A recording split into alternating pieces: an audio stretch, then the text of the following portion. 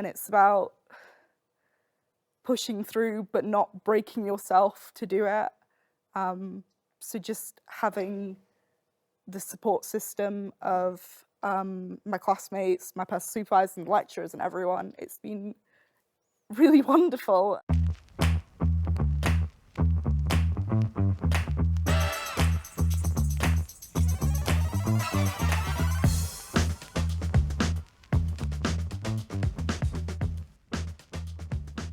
There's absolutely been ups and downs. I think everyone has them. But it's almost, there's a lot of students that are there that want to help each other as well. So at least in our year, we have this big group chat, and the second we start to become unstuck, we'll just drop a message in there, and before you know it, that chat has about 200 notifications on it, and you have to read through all of them and filter out basically, this is what you need to be doing, and people will be offering to, oh, come to the library, we'll read through, this is a good textbook I've found that helps and it explains it well. And they'll say, ask this lecturer or ask your personal supervisor. John here is my personal supervisor and was last year as well. And I've come to you with problems in the past and you've helped me through them. And sometimes I almost wish that I've gone sooner rather than later. Is that more personal problems, or is it like coding? Both. Yeah. Both. It's been both personal, like mental health issues, as well as things where I didn't understand the course content very well, or I've been through a small period of illness, like I had COVID last year. Yeah. Missed a bit of the course, and I've been able to go and, well, all our lectures are recorded, so I can watch through them and then catch myself back up once I felt well again, which is quite nice. Yeah. Don't know if you've been through any of that, Alan.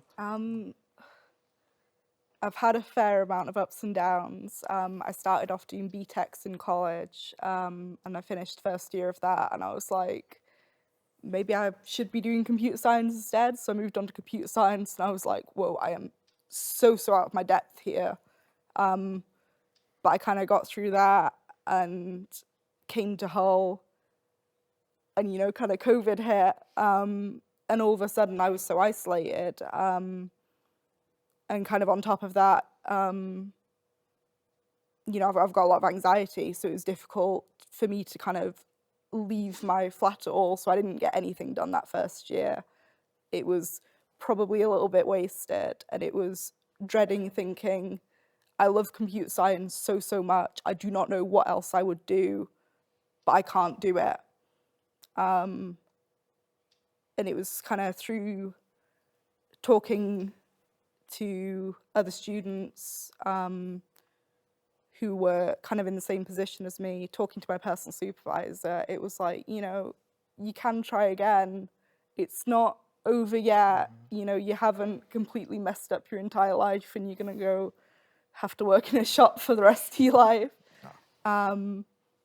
So it's like, right, pick myself up, try this again, you know. So it was a clean slate. I ended up retaking my first year, and it's all been in person, and it was like, you know, last year didn't happen. I did not leave my room for a year. And having that second chance and be able to come at it again has been so valuable. And it's just thinking, you know, I've made it this far. This is the furthest I've ever made it in education. And I know that's something that's taken for granted for a lot of people, but I've resat college and I resat my first year of uni, and I'm thinking, right, you can't go back again. You know, you got to keep going this time. Come on, keep going. And it's about pushing through, but not breaking yourself to do it. So just having the support system of my classmates, my personal supervisors and lecturers and everyone, it's been really wonderful. I don't keep in touch much with people that I went to college and high school with because it was rough for me. I don't kind of want to go back there. You know, for me, it's a lot about looking forward. You know, this is where I am right now. And it's great. You know, I am probably the happiest I've ever been, which is such a lovely, lovely thing to think. And it's just really wonderful having kind of a home with it and knowing and being confident in this is where I am right now, and I think I know what I want to do, but I don't need to know right now, but it's okay. And just having a bit of that security and knowing that even if things seem so dire, there is going to be a way out of it. And yeah, it's just it's good. It's just good. Just being able to be here, I think.